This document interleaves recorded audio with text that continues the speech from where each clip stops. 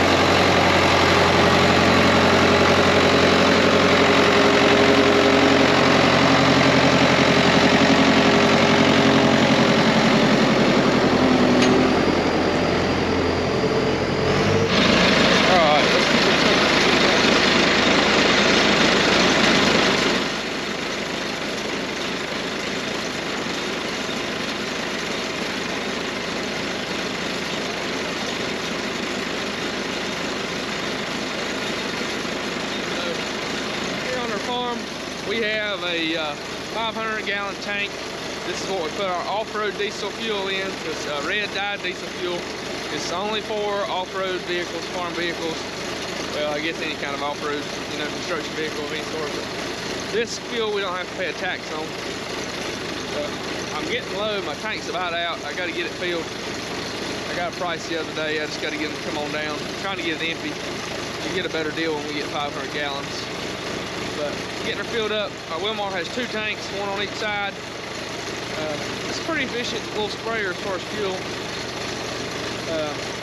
I've got a new fuel gauge I'm gonna get put on the tanks. So once I get it put on, I'll be able to tell how many gallons I'm burning doing our spraying passes and stuff, which will help me kind of get an idea of my cost on each time we spray. Because like our wheat, I'm usually spraying it between 3 and 6 passes. Last year I did anyway. We do a burn down at the beginning before we plant. Then we do a one nitrogen shot, another nitrogen shot. I do a herbicide pass, and then I'll come at least with one fungicide pass. And sometimes there's another pass in there. We'll just see how this year goes. But we're gonna do our first nitrogen shot today. We may or may not throw a herbicide in. We'll see. I haven't decided yet. Anyway, we're gonna get it filled up. Let's get this to the shop, get it ready, and I gotta go get our nitrogen. Filling up with fuel here. As y'all can see in there, that's antifreeze, just regular old car antifreeze. Put in there just to keep stuff from freezing. I got to get that out and then clean the tank and the booms. And gotta get my foam marker ready. It's kind of aggravating to have to get all this stuff ready to spray 30 acres, but I guess that's part of being a small farmer.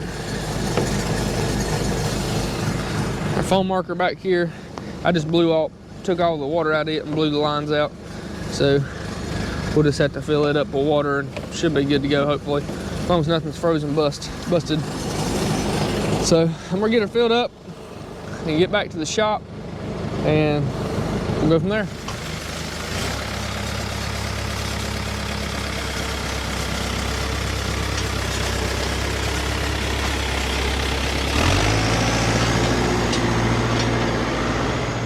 All right, so first things first, I got to get what antifreeze I've got in here in the system. I got to get it out. I got a 5-gallon bucket. I put around 3 gallons in here, so this should hold it all. I got this valve here I'll open and retrieve my antifreeze with.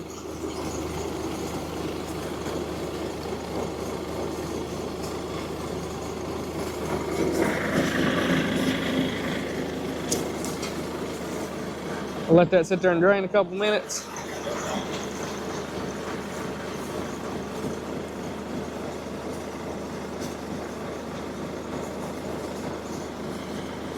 This should get most of the antifreeze out of the system. Actually ends up being pretty close to 5 gallons in there, so it must have been a little bit of water mixed in. That's all right. So while we're waiting on this coolant or the antifreeze to drain out of our system, each wheel member, however you look at it, axle on this sprayer has an airbag. This is a suspension for it. That's the reason it's called an air ride application system. So each one of these, I think, is supposed to have 120 pounds or so of air in them. This one right here has 80, so I'm gonna pump them up a little bit. If you don't pump them up some, it'll just bottom out whenever you have a full load on it. They leak just a little bit over time. All right, I got that into 100. Probably gonna be good with that. I'm gonna go ahead and check my wheel and tire while we're here. Go ahead and check all of them. I'm pretty sure the other side's got a couple slack. So that's 30 pounds. I don't remember what these are supposed to have in them. Thinking that's about right. I'm gonna leave it at 30. I'm thinking that's right. Pretty close anyway. So I'm gonna go ahead and check the rest of the tires, get them pumped up, get the rest of the airbags checked, pumped up. That way this part will be ready to go.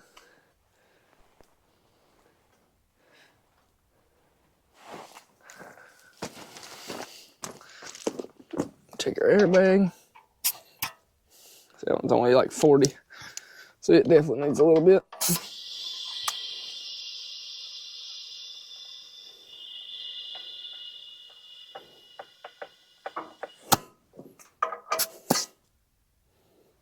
To 85.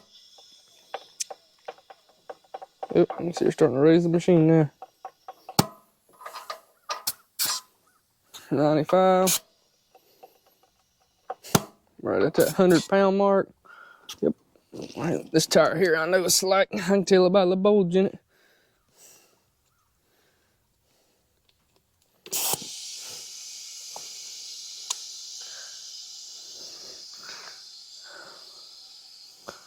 Purchased this sprayer right at a year ago today. It was we brought it home the 19th of February. I had probably already went and looked at it at this point and decided, you know, I like it. And if I could get the money up, at that time, I had a Great Plains sprayer that I pulled with the John Deere 4250. I'll try to throw up a clip here of it. It was a good sprayer, but being full type, I had to put that much more hours on the John Deere. And the way the booms worked on it, I couldn't raise the boom tips up and down like I can on this one. And with as hilly and many valleys as we have on our farm, I was breaking more tips than I was doing good with it. Every time I'd go down into a valley, the tip would drag and I'd break a nozzle off or something. Let's get the old Wilmar folded out. I'll put a little water in it, flush it through the system, make sure everything's still gonna work. Give her a little throttle here. Raise up my sections. Let's fold her out. All of these functions are electric over hydraulic. There's electric valves on the back of the sprayer that control hydraulic cylinders on the sprayer to fold these out.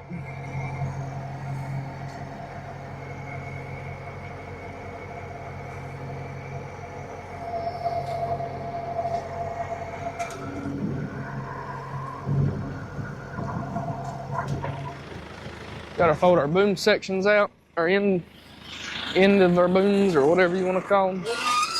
They just spring loaded and snap in place. Gotta do that on both sides.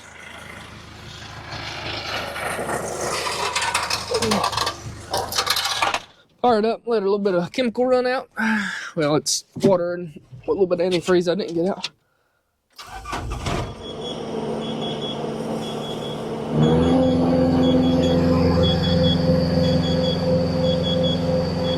You guys can see, like most of my spray nozzles are working. These are not the ones we're going to be using. I'm just running some of the water and chemical out, or water and antifreeze out. What we're doing here, we are changing from our dicamba nozzles which are these nozzles here. These put out a type of a fan. You know, these are a more coarse of a droplet size than what you just saw when I was testing the sprayer. That's for Liberty, fungicides, that sort of thing. But we're switching to these. These are a T-Jet, stream jet, puts out 7 streams of water, which you'll be able to see in a minute. Say water, but ours is gonna be nitrogen. As of right now, last year I actually didn't spray any dicamba products. I had dicamba beans, but I sprayed Liberty. So I didn't actually have to spray dicamba. But as of right now, the EPA is not, there's a case going on where they're trying to basically outlaw, they're trying to keep it where you can't spray dicamba, so we don't even know if we'll be able to spray it next year. For those who aren't aware, dicamba is a type of herbicide we use to spray on our beans. It helps kill the pigweeds and other broadleaves.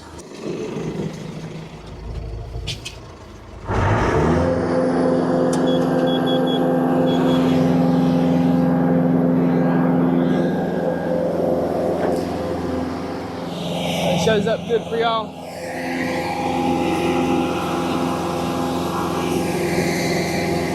Nice little streams. That's to help keep from burning our wheat.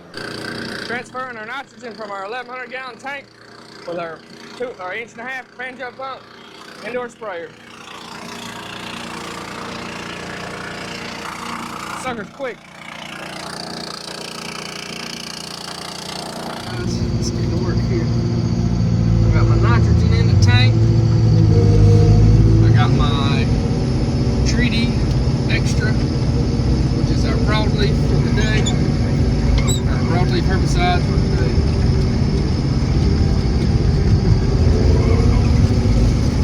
Trying to get our field spread before it gets dark on us. So we got rain coming in Saturday, so that'll help get this nitrogen incorporated. So just doing enough nitrogen this early to help our wheat tiller out better. Since our wheat was later planted, we got a decent stand, but this will help get tillers out. The more tillers we have, the more likelihoods we have of making more yield.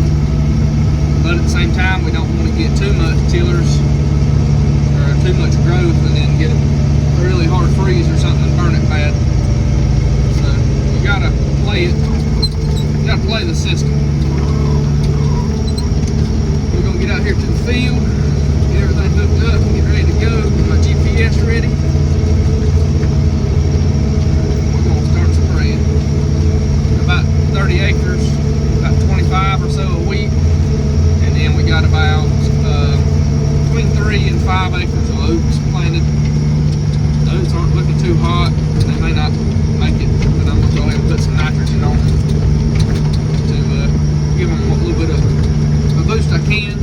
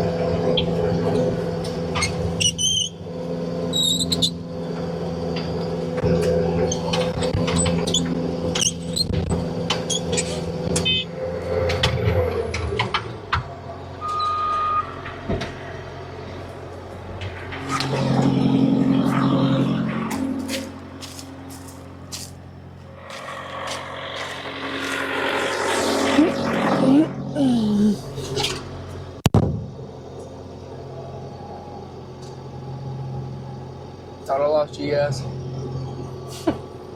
About to take off and start running. Look.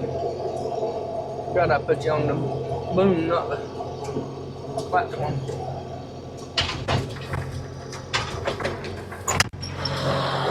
Hello. Let's go to the next. Show you guys. This is a mess, but this is an ag leader in command 800. It's my guidance. You know, it's pretty nice. I need to get it set up where, you know, when I quit spraying, it cuts it on and off automatically, but it doesn't. Got a mid-tech rate controller. It's ARC 6000, putting out 10 gallons the acre. We just sprayed about 10.5 acres, applied 125 gallons. So, applying a little bit over what I wanted to apply, but it's hard with these old sprayers to get exactly right, but close enough. Get out of the cab here in a minute. I got a little drone footage here at the other farm, and I'm pretty disappointed the way this wheat looking right now. Looks real thin. The other farm looked much better. It's just been so wet and rainy. Hopefully it'll come back. These places it ain't too bad, but down here where it's been wet, there's probably a good acre or 2 acres down here that ain't gonna have nothing. Just so wet. The other field definitely is a lot further along than this one. I mean, you can see the rows, but just patchy. This wheat just ain't looking too great. But I'm noticing here,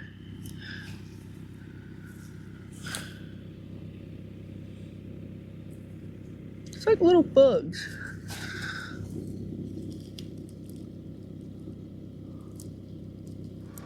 I'm wondering if what issue I got ain't bugs. There's lots of little bitty black bugs. I mean, they're tiny little things. I'm wondering if that ain't my problem. I'm trying to get some pictures on my phone so I can see what they are. I might have to come out here and hit them with some insecticide. Not sure. I'm wondering, so as y'all can tell, this down here, this is wet. We're gonna have to do some type of work here. It stays wet. I subsoiled it this fall, hoping that maybe that would help the water drain, but obviously it's not. Same thing down through here, it just stays wet. But our wheat is looking really thin. And I'm not too happy about it, but I got down here looking. I about know this ain't gonna pick up on camera, but there's little bugs jumping around everywhere. And I'm almost wondering if that's not what our issue is. I don't know, I might do some research because I need to check that. And I don't want any kind of insects to be hurting our wheat. Usually this time of year we don't have any issues with it because it's cold, but I don't know. Y'all got any ideas, let me know.